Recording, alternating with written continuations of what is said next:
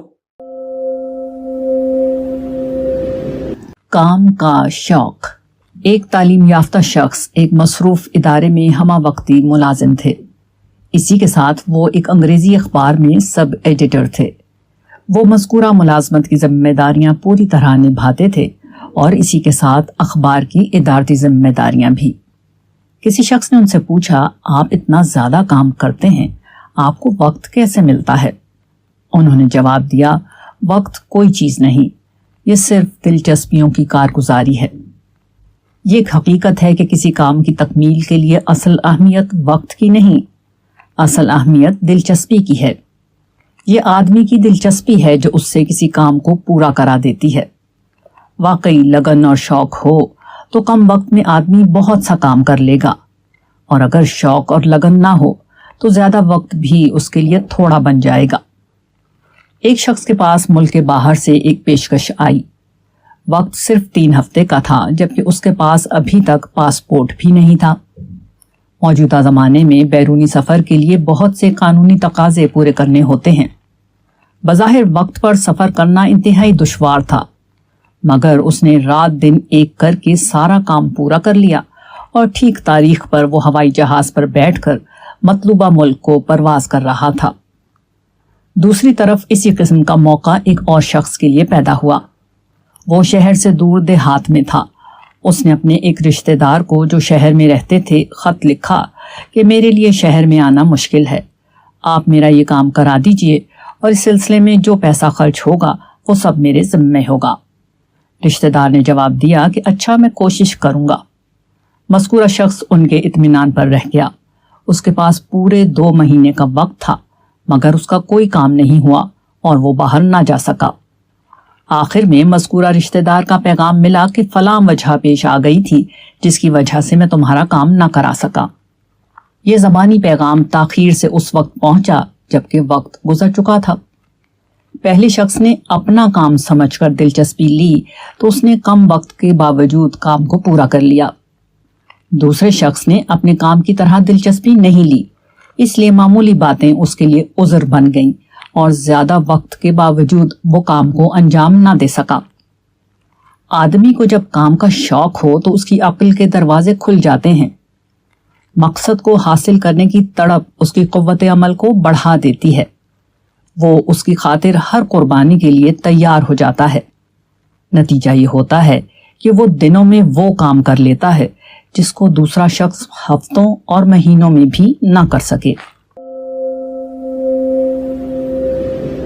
ایک تاثر۔ 20 جنوری 1986 کو میں انڈین ایئر لائن کے ذریعے دہلی سے حیدرآباد گیا۔ جہاز کے اندر حسب معمول اعلانات شروع ہوئے تو اناؤنسر نے دوسری باتوں کے ساتھ یہ بھی کہا، captain Mustafa is in command. Captain Mustafa اس جہاز کے پائلٹ ہیں۔ انڈین ایئر لائنز میں نے بہت سفر کیے ہیں، مگر کیپٹن مصطفیٰ جیسا لفظ پہلی بار سننے میں آیا۔ یہ اس بات کی علامت ہے کہ مسلمان اب دیگر اعلیٰ سروسز کے علاوہ اس ملک کی ہوائی سروسز میں بھی داخل ہونا شروع ہو گئے ہیں۔ وہ اپنے پچھڑے پن کو ختم کر کے تیزی سے آگے کی طرف بڑھ رہے ہیں۔ ہندوستان کے مسلم لیڈر ہمیشہ اپنی قوم کے نوجوانوں کے بارے میں نکالے جانے کی خبریں دنیا کو سناتے ہیں، مگر یہ سراسر ناانصافی ہے۔ ان کو چاہیے کہ اسی کے ساتھ داخل کیے جانے کی خبریں بھی وہ دنیا کو سنائیں تاکہ لوگوں کو تصویر کا دوسرا رخ بھی معلوم ہو سکے۔ مسلم قائدین کا یہ عمل یقینی طور پر غیر منصفانہ عمل ہے، اور غیر منصفانہ عمل کے لیے اس دنیا میں بربادی کے سوا کچھ اور مقدر نہیں۔ میں مانتا ہوں کہ اس ملک میں اگر ایسے واقعات ہیں کہ ایک مصطفیٰ کو سروس میں لیا گیا ہے تو اسی کے ساتھ ایسا واقعہ بھی موجود ہے کہ کسی مصطفیٰ کو سروس میں نہیں لیا گیا، مگر مجھے جس چیز سے اختلاف ہے وہ یہ کہ اس کو تعصب اور امتیاز قرار دیا جائے۔ یہ دراصل زندگی کی ایک حقیقت ہے، نہ کہ تعصب اور امتیاز۔ اصل یہ ہے کہ یہ دنیا مقابلے کی دنیا ہے۔ یہاں لازماً یہ ہونا ہے کہ افراد اور قوموں کے درمیان دوڑ جاری رہے، اور پھر کوئی آگے بڑھے اور کوئی پیچھے رہ جائے۔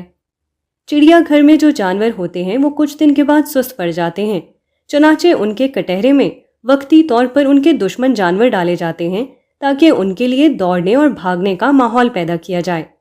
یہ قدرت کا اصول ہے اور مقابلہ اور مسابقت کے اسی اصول میں زندگی کا راز چھپا ہے۔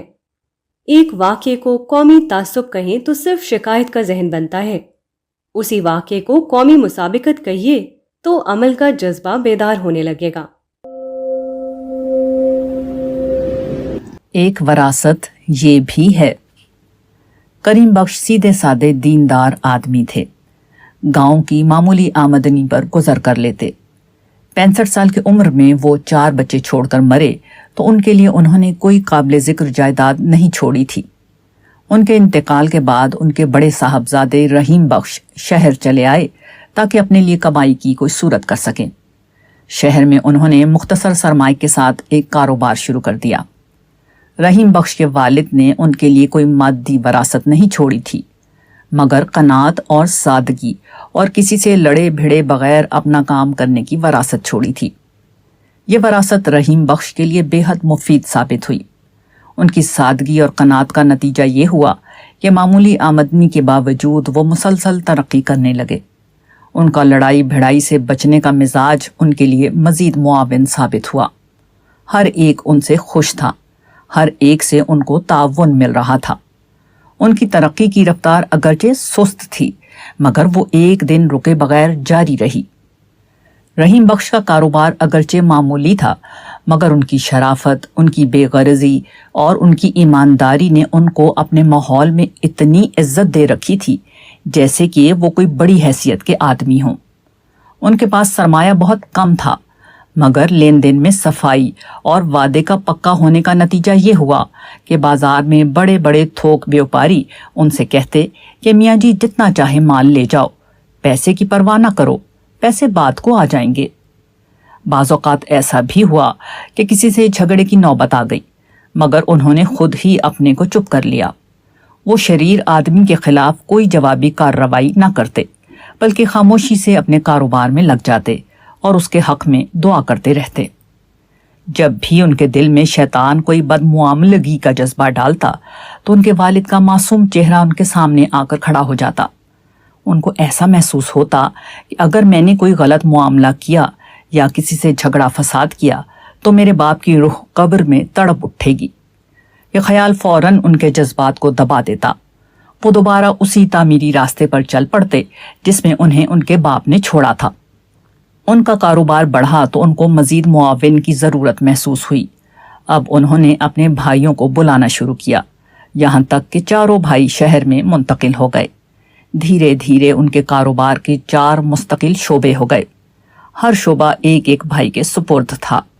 چاروں بھائی ایک ساتھ مل کر رہتے اور ساتھ کھاتے پیتے، مگر کاروباری اعتبار سے ہر بھائی اپنے اپنے شعبے کو آزادانہ طور پر انجام دیتا تھا۔ کچھ دنوں کے بعد رحیم بخش کو محسوس ہوا کہ بڑے بھائی ہونے کی حیثیت سے چونکہ وہی کاروبار کے مالک ہیں، اس لیے بقیہ بھائی اپنے کام کو اس دلچسپی سے نہیں کرتے جیسا کہ کوئی آدمی اس وقت کرتا ہے جبکہ وہ کام کو اپنا ذاتی کام سمجھتا ہو۔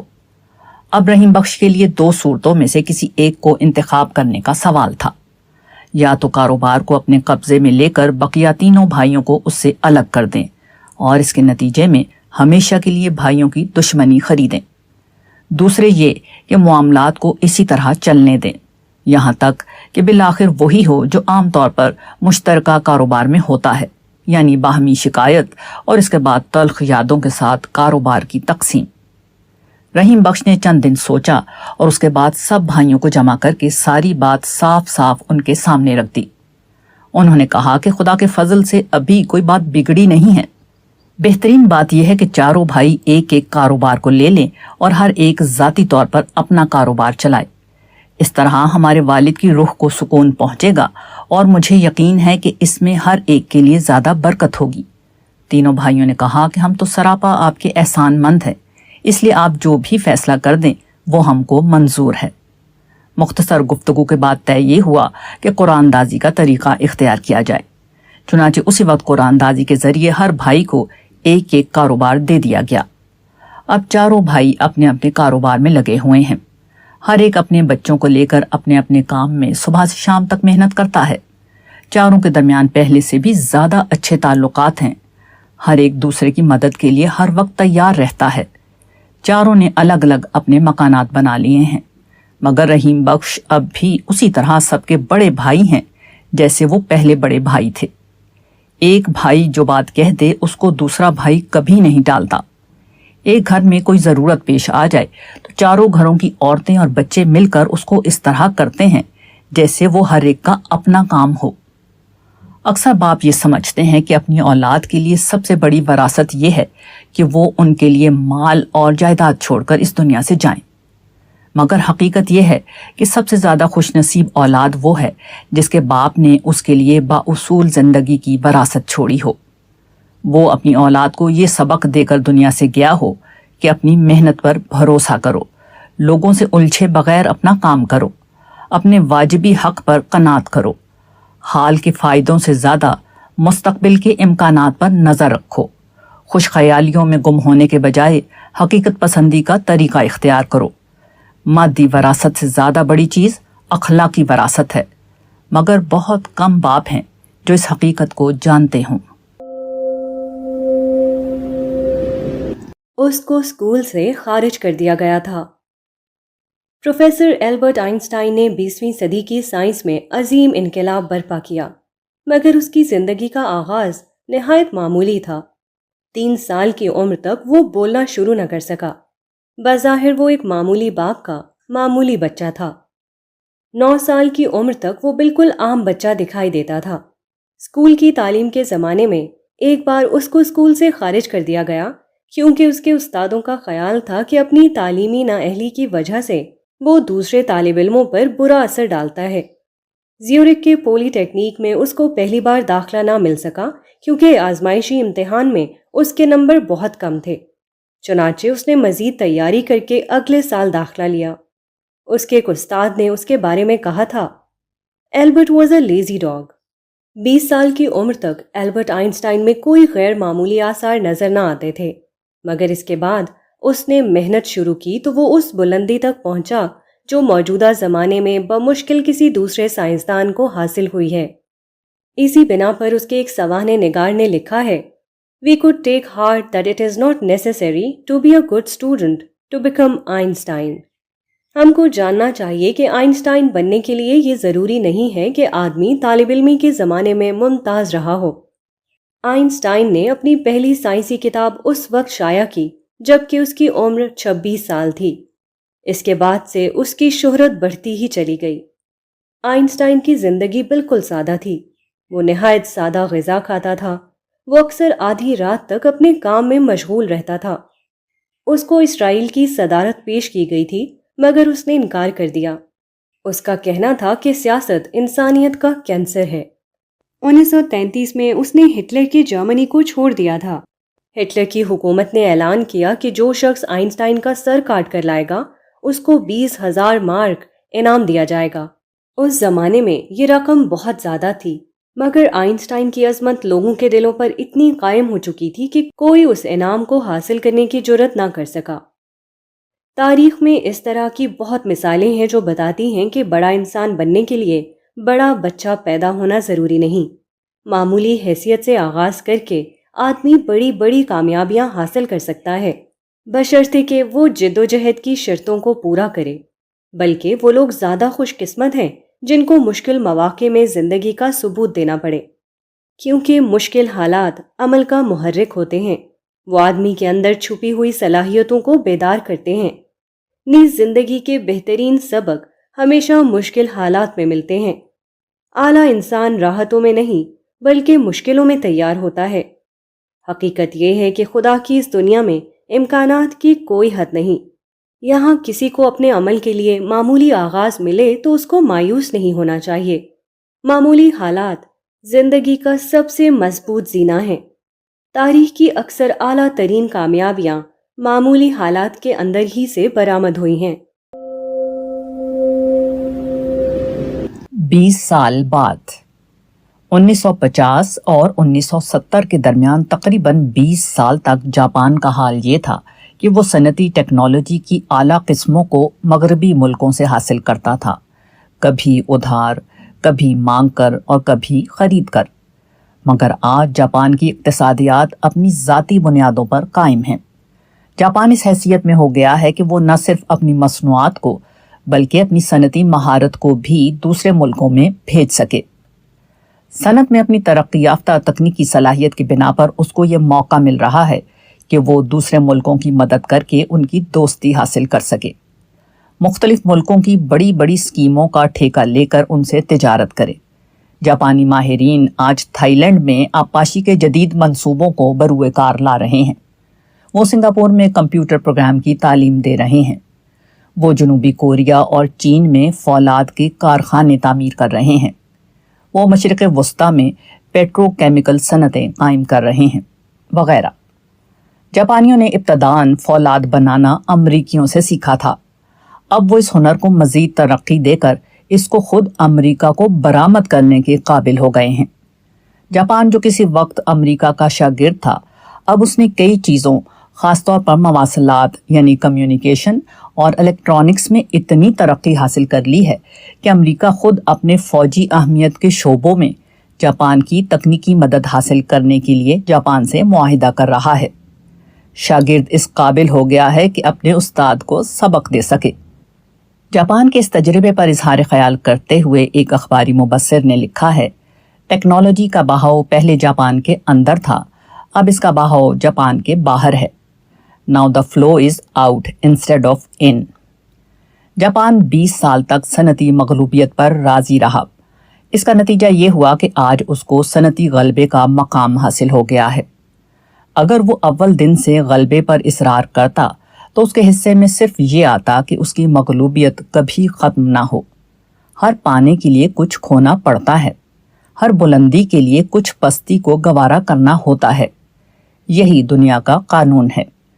جو لوگ دنیا کے اس قانون کے ساتھ موافقت کریں وہی خدا کی اس دنیا میں کامیاب ہوتے ہیں، اور جو لوگ اس قانون کے ساتھ موافقت کرنے کے لیے تیار نہ ہوں ان کے حصے میں صرف یہ آتا ہے کہ وہ ناکام ہو کر رہ جائیں اور اس کے بعد بے فائدہ طور پر دوسروں کو اپنی بربادی کا جھوٹا الزام دیتے رہیں۔ بیکاری۔ حضرت عمر رضی اللہ تعالی عنہ فرماتے تھے کہ میں کسی آدمی کو دیکھتا ہوں اور وہ مجھے پسند آتا ہے، مگر جب معلوم ہوتا ہے کہ وہ کوئی کام نہیں کرتا تو وہ میری نگاہوں سے گر جاتا ہے۔ یہی روایت ابن الجوزی نے تلبیس ابلیس میں ان الفاظ میں نقل کی ہے۔ محمد بن عاصم کہتے ہیں کہ مجھے یہ بات پہنچی ہے کہ حضرت عمر رضی اللہ تعالی عنہ جب کسی نوجوان کو دیکھتے اور وہ انہیں اچھا معلوم ہوتا تو پوچھتے کیا اس کا کوئی کام ہے؟ اگر کہا جاتا کہ نہیں تو وہ ان کی نگاہ سے گر جاتا۔ حقیقت یہ ہے کہ بیکاری نہایت بری چیز ہے، وہ آدمی کی تمام بہترین صلاحیتوں کو کھا جاتی ہے۔ بیکار آدمی بظاہر دیکھنے میں زندہ معلوم ہوتا ہے، مگر حقیقتاً وہ ایک مرا ہوا انسان ہوتا ہے۔ اس کے اندر سے وہ تمام لطیف احساسات ختم ہو جاتے ہیں جو کسی انسان کو حقیقی معنوں میں انسان بناتے ہیں۔ بیکاری کی ایک صورت وہ ہے جب کہ آدمی محنت اور مشقت کی چیزوں سے گھبراتا ہے اور اس کے اندر یہ صلاحیت موجود نہیں ہوتی کہ کوئی بے مشقت کا کام اسے مل جائے، چنانچہ وہ اپنے پسندیدہ کام کے انتظار میں بیکار پڑا رہتا ہے۔